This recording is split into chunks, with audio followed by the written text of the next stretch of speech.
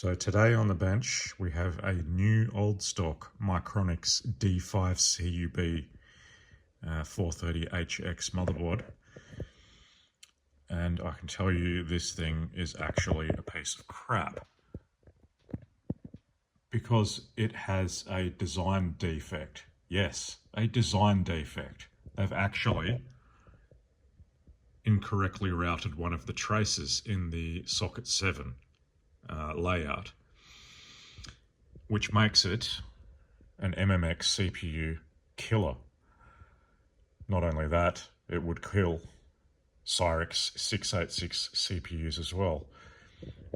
It was designed as a dual voltage motherboard with separate I/O and voltage, core voltage rails, but unfortunately the way they've made it, it completely defeats the purpose, and when a CPU is inserted, it just bridges the two rails together, and I'll demonstrate that to you now.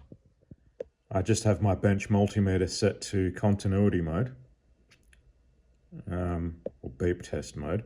You'll see there's no bridging between the core voltage and the I/O regulators whatsoever when the CPU is not installed, but as soon as you close it, bang, they're joined together. And it's basically a 0 ohm short. And you can confirm with the CPU as well that the short's not on the CPU. It's actually on the motherboard. I would probably attribute it to human error, because I think this board was laid out prior to the release of the MMX series of CPUs, although the manual specifically does mention P55C support, but unfortunately it doesn't work. Now there is an actual fix for this. It's a known issue. Pin A17 in the socket needs to be removed because that is the offending one that's on the wrong circuit and bridging the core voltage and the I/O voltages together. Fortunately, this socket is pretty easy to pull apart. That top cover just unclips. You've got the clips that hold it on the sides in these areas here. You just need to flex those out and lift it up. It will be a bit tight there because you've got a resistor pack there. So that's the only thing to be careful of. So I'm actually going to do this now and see if we can fix this ridiculous issue. Unfortunately for this CPU, I think I may have killed it because, yeah, they're supposed to run on a 2.8 volt core voltage, and it's been running on 3.3, and that's not good. It's above what its absolute maximum is for any kind of long-term use, so I've probably killed it. I was wondering why this thing kept crashing all the time, why the CPU is running so damn hot, why this regulator was burning hot. I may not be able to save this CPU. Interestingly, there is a 1997 BIOS, which I have flashed onto this chip, not using the utility, I just use my EEPROM burner. And it now actually does recognize MMX CPUs, and I can run the level 1 cache at write back mode. With the old 1996 BIOS, it was extremely flaky. It wouldn't even post with write back enabled on level 1.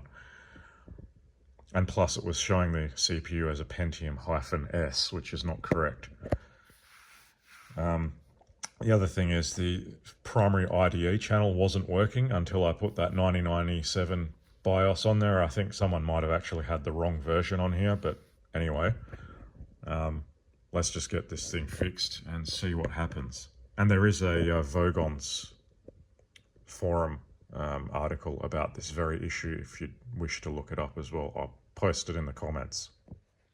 So that's the CPU socket cover removed. As you can see, it just has the 4 clips around the outside, which are easily removed, and then the lever comes out as well.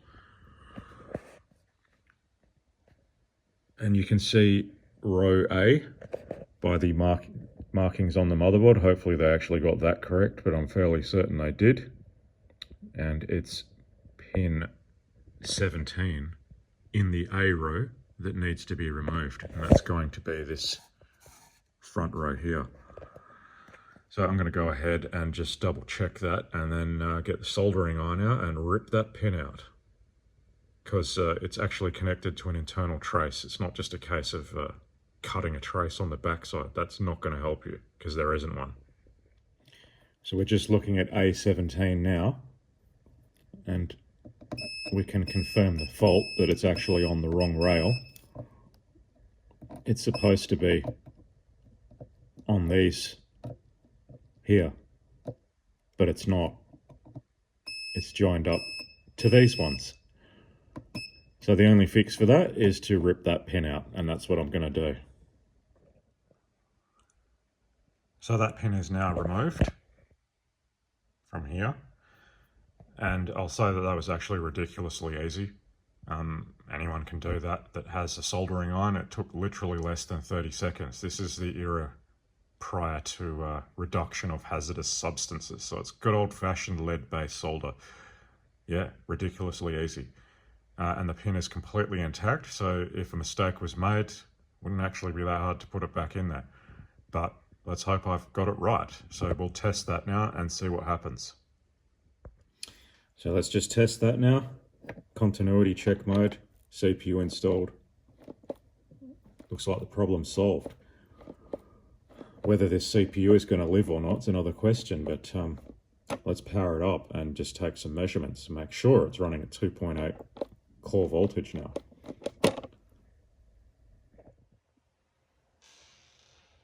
As we can see with this version BIOS, it is detecting it correctly as an MMX CPU. So it's the 2.10 version BIOS. I just got that from RetroWeb, and that is the date there.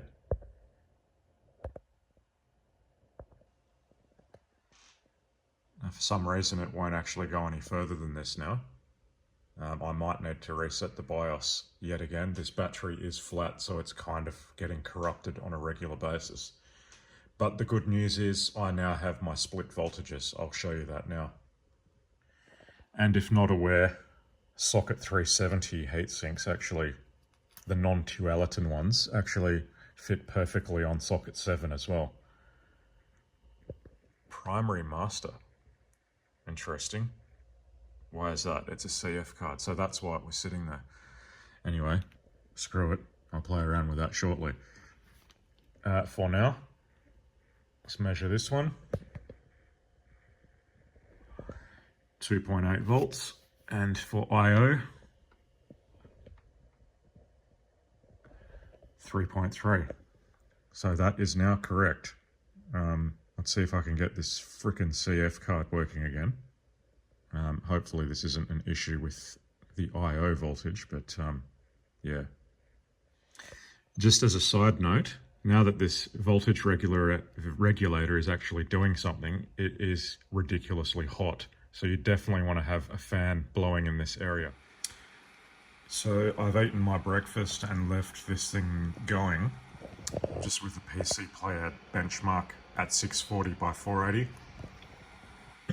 And it's been pretty stable. And I've got a blower motor just keeping that area cool. So yeah, I'll need to devise some kind of cooling solution for this board if I'm going to use it. Oddly enough, since rectifying that bridged vcore and I/O debacle, this CF adapter would no longer work properly with the voltage coming from the IDE socket. I had to switch it to external power mode, and that fixed it. Of interest, I've measured the voltage going to these cache chips, and it's about 3.2 volts. So there's a bit of voltage drop happening across the motherboard. It might be worthwhile setting the I/O voltage to 3.4 if there's stability issues, but there doesn't seem to be, so I'm going to leave it alone. One other interesting fact about this board is that it actually supports fast page memory, so it's not actually performing as well as it could be, because I've got fast page memory in there at the moment because I don't actually have any EDO. So yeah, I'll play with it some more once I find some EDO memory. But out of interest, this thing actually benchmarks better with the dome benchmark by like 100 ticks or more since fixing the core voltage situation. So clearly this CPU was very unhappy and it was running in some kind of crippled state with the core voltage way too high. So let's see if it will run the Doom benchmark a second time without crashing. Hopefully. If it crashes now, it'll be very disappointing. But it hasn't actually had any stability issues since I've fixed the core voltage situation. So that was definitely making for an unhappy CPU. And this is a fairly crappy video card, so it's not the best this platform can do, obviously. But 900 real ticks, it was actually over 1,000 before I fixed the core voltage issue. Let's try a Quake.